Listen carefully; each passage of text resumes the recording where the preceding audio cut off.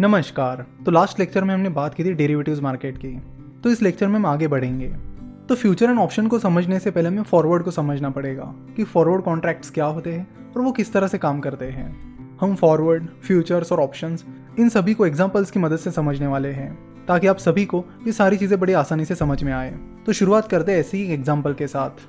मान लीजिए कि आपको 10 ग्राम गोल्ड खरीदना है और गोल्ड खरीदने से पहले आप थोड़ा गोल्ड का एनालिसिस करने लगते हो कि फिलहाल मार्केट में गोल्ड के रेट्स कैसे चल रहे हैं और क्या ये सही समय है गोल्ड खरीदने का। और ये सारी इंक्वायरी करने के लिए आप एक ज्वेलर के पास चले जाते हो। उस ज्वेलर से आप गोल्ड के बारे में बात करते हो कि फ्यूचर में गोल्ड के रेट्स क्या हो सकते हैं। तो बातों बातों में ही वो ज्वेलर आपसे पूछ लेता है कि आपको गोल्ड कब खरीदना है। तो आप बताते हो कि मुझे 2 महीने बाद गोल्ड खरीदना है। साथ ही आप उस ज्वेलर को यह भी बताते हो कि मुझे ये डर है कि 2 महीने बाद कहीं गोल्ड के रेट्स और ना बढ़ जाए। तो बेसिकली आपको ये लगता है कि पिछले कुछ टाइम में गोल्ड के रेट्स काफ़ी बढ़े हैं और इसीलिए आपको ये डर है कि इन 2 महीनों में गोल्ड के रेट ज़्यादा ही ना बढ़ जाए।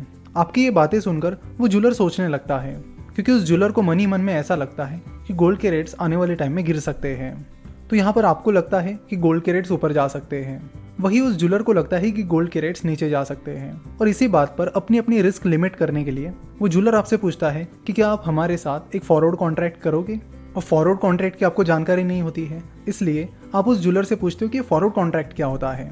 जिसके बाद वो ज्वेलर आपको बताता है कि फॉरवर्ड कॉन्ट्रैक्ट एक ऐसा कॉन्ट्रैक्ट होता है जिसमें हम फ्यूचर डेट के ट्रांजैक्शन के लिए करार करते हैं। जिस पर वो ज्वेलर आपको समझाता है कि देखो, आपको लगता है कि गोल्ड की प्राइसेस बढ़ जाएगी, वही मुझे लगता है कि गोल्ड की प्राइसेस कम हो जाएगी। तो क्यों ना हम एक फॉरवर्ड कॉन्ट्रैक्ट करें जिसके प्राइस हम फिलहाल जितनी प्राइस है उतनी ही रखते हैं, यानी 40,000 रुपये रखते हैं। तो 2 महीने बाद आप मुझे 40,000 रुपये पे करिए और मैं आपको 10 ग्राम गोल्ड दे दूंगा। फिर चाहे रेट्स कुछ भी हो, चाहे ज़्यादा हो या कम हो। तो ये फॉरवर्ड कॉन्ट्रैक्ट सुनकर आपको भी अच्छा लगता है कि हाँ, मुझे तो यही डर था कि ये रेट 40,000 के ऊपर ना चले जाए। अब इस फॉरवर्ड कॉन्ट्रैक्ट की प्राइस ही 40,000 रुपये है, तो ये मेरे लिए काफ़ी अच्छी बात है कि मुझे 2 महीने बाद भी 10 ग्राम गोल्ड 40,000 रुपये में मिल जाएगा। वही वो ज्वेलर ये सोचता है कि ये डील मेरे लिए भी काफ़ी अच्छी है क्योंकि मुझे लग रहा है कि गोल्ड के रेट्स आने वाले 2 महीने में गिरने वाले हैं। तो गोल्ड रेट्स 2 महीने बाद 38,000 रुपये ही क्यों ना हो जाए, मैं तो ये गोल्ड 40,000 रुपये में ही बेचूंगा। तो इस गोल्ड कॉन्ट्रैक्ट को करके आप दोनों भी खुश हो जाते हो, यानी वो ज्वेलर भी खुश हो जाता है और आप भी खुश हो जाते हो। तो इस फॉरवर्ड कॉन्ट्रैक्ट में आप उस ज्वेलर के साथ ही कॉन्ट्रैक्ट करते हो कि 2 महीने बाद आप उस ज्वेलर को 40,000 रुपये दे दोगे और उसके बदले में वो ज्वेलर आपको 10 ग्राम गोल्ड दे देगा। फिर 2 महीने बाद चाहे उस गोल्ड की प्राइस कुछ भी क्यों ना हो, आपको 40,000 रुपये ही पे करने हैं और उसके बदले में उस ज्वेलर को आपको 10 ग्राम गोल्ड ही देना है। That's it. फिर धीरे धीरे 2 महीने निकल जाते हैं और वो दिन आ जाता है जिस दिन का आपको कॉन्ट्रैक्ट रहता है। जैसे ही दिन की शुरुआत हो जाती है, आप उस ज्वेलर के पास चले जाते हो और उन्हें कहते हो कि आज की डेट का हमारा कॉन्ट्रैक्ट था कि आज मैं आपको 40,000 रुपये दूंगा और आप मुझे 10 ग्राम गोल्ड दे दोगे। आप देखते हो कि आज गोल्ड का रेट 41,000 रुपीज़ चल रहा है। आप मन ही मन में काफ़ी खुश हो जाते हो कि मुझे तो 1,000 रुपये का फ़ायदा हो गया। इस फॉरवर्ड कॉन्ट्रैक्ट की वजह से आज मुझे अच्छा खासा फ़ायदा मिल गया, नहीं तो मुझे 10 ग्राम गोल्ड के लिए 41,000 रुपीज़ पे करने पड़ते। लेकिन इस फॉरवर्ड कॉन्ट्रैक्ट की वजह से मुझे 10 ग्राम गोल्ड के लिए सिर्फ 40,000 रुपये ही पे करने हैं। यहाँ आप तो खुश हो, लेकिन जो ज्वेलर है वो खुश नहीं है। उसने देखा कि मुझे तो 1,000 रुपये ज़्यादा पे करने पड़ रहे हैं। 41,000 रुपीज़ का रेट चल रहा है, लेकिन उसके बावजूद भी इस फॉरवर्ड कॉन्ट्रैक्ट की वजह से मुझे 10 ग्राम गोल्ड आज 40,000 रुपये की रेट पर बेचना पड़ रहा है। और ये सोचकर वो मन ही मन में दुखी हो जाता है। अब ऑब्वियस सी बात है कि आपके दिमाग में भी यही सवाल आया होगा कि अगर वो ज्वेलर आपको बोलता है कि नहीं, मैं तुम्हें 40,000 के रेट में ये गोल्ड नहीं दूंगा, तो आप क्या करोगे। इसमें दोनों भी सिनेरियो है। एक में वो ज्वेलर चुपचाप आपको बोलेगा कि हाँ, हमारा कॉन्ट्रैक्ट था, ये लो 10 ग्राम गोल्ड और 40,000 रुपये मुझे दे दो। वो 1,000 रुपये का लॉस अपने ऊपर ले लेगा। लेकिन यहाँ पर एक और सिनेरियो भी हो सकता है कि ज्वेलर आपको मना कर देगा कि नहीं, 40,000 पे मैं 10 ग्राम गोल्ड आपको नहीं दूंगा।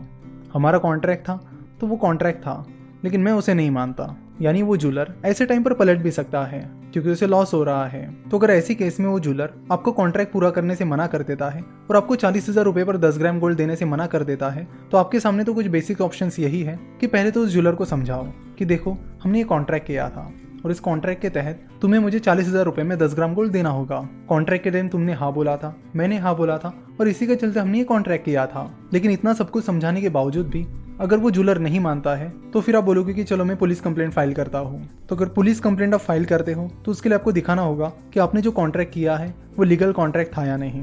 अगर आपने लीगलाइज तरीके से वो कॉन्ट्रैक्ट किया है तो फिर पुलिस उसे मानेगी और उसके हिसाब से कार्रवाई भी करेगी। लेकिन कोर्ट में फिर लंबे टाइम तक उसका सिलसिला चलता रहेगा और पता नहीं कब रिजल्ट आएगा और उसका फ़ायदा भी आपको सही में मिलेगा या नहीं। और अगर आपने जो फॉरवर्ड कॉन्ट्रैक्ट किया है वो लीगलाइज तरीके से नहीं किया है, यानी बॉन्ड पेपर पर या लीगलाइज तरीके से नहीं किया है तो वो लीगली स्टैंड नहीं करेगा और आप कंप्लेंट भी फाइल नहीं कर पाओगे, जिसके चलते आपको उस कॉन्ट्रैक्ट का कुछ भी फायदा नहीं हुआ। जबकि ये डील आपके साइड में अच्छी साबित हुई थी, उसके बावजूद भी आपके उस प्रॉफिट पर पानी फेर जाएगा। तो आप सोचोगे कि यार ये तो बहुत बड़ा प्रॉब्लम है, तो फिर फॉरवर्ड कॉन्ट्रैक्ट करे ही क्यों? फॉरवर्ड कॉन्ट्रैक्ट में तो कभी भी सामने वाली पार्टी डिफॉल्ट कर सकती है, यानी कॉन्ट्रैक्ट पूरा करने से मना कर सकती है। तो ऐसे केस में क्या हो सकता है? तो इसका ही सोल्यूशन है फ्यूचर्स मार्केट। तो यहाँ जो डिफॉल्ट का प्रॉब्लम था वो फ्यूचर्स में सॉल्व हो गया है।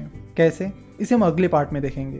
तो आशा करता हूँ कि आपको इस एग्जांपल की मदद से फॉरवर्ड कॉन्ट्रैक्ट समझ में आया होगा। तो बेसिकली आपको बता दूं कि फॉरवर्ड कॉन्ट्रैक्ट का मतलब यही होता है तो किसी भविष्य के डेट पर आपके और किसी और के बीच किया गया कॉन्ट्रैक्ट। यहाँ पर आपके बीच कोई रेगुलेटर नहीं होता। जैसे कि आप शेयर मार्केट में शेयर्स में इन्वेस्ट करते हो तो आपके बीच एक रेगुलेटर होता है, स्टॉक एक्सचेंजेस होते हैं। तो स्टॉक एक्सचेंजेस कई सारी चीज़ों का ध्यान रखते हैं, वो ये भी ध्यान रखते हैं कि चीज़ें डिफॉल्ट ना हो। लेकिन जब आप फॉरवर्ड कॉन्ट्रैक्ट करते हो तो आपके बीच कोई नहीं होता है, ये डील सीधे आपके और उस सामने वाली पार्टी के बीच होती है। तो अगर कोई पार्टी डिफॉल्ट करती है तो उसका नुकसान आपको भुगतना होता है। अगर सिंपल भाषा में बात की जाए तो फॉरवर्ड कॉन्ट्रैक्ट्स में डिफॉल्ट रिस्क रहता है, और ये डिफॉल्ट रिस्क ऑब्वियसली कोई भी इन्वेस्टमेंट हो या कोई भी कॉन्ट्रैक्ट हो उसमें बहुत इंपॉर्टेंट होती है, और इस प्रॉब्लम को फ्यूचर्स ने सॉल्व कर दिया है। तो नेक्स्ट पार्ट में हम फ्यूचर्स को ऐसे एक इंटरेस्टिंग एग्जाम्पल के साथ समझेंगे। आशा करता हूँ कि आपको ये वीडियो पसंद आई होगी। वीडियो देखने के लिए और इस कोर्स को सब्सक्राइब करने के लिए आपका बहुत बहुत धन्यवाद।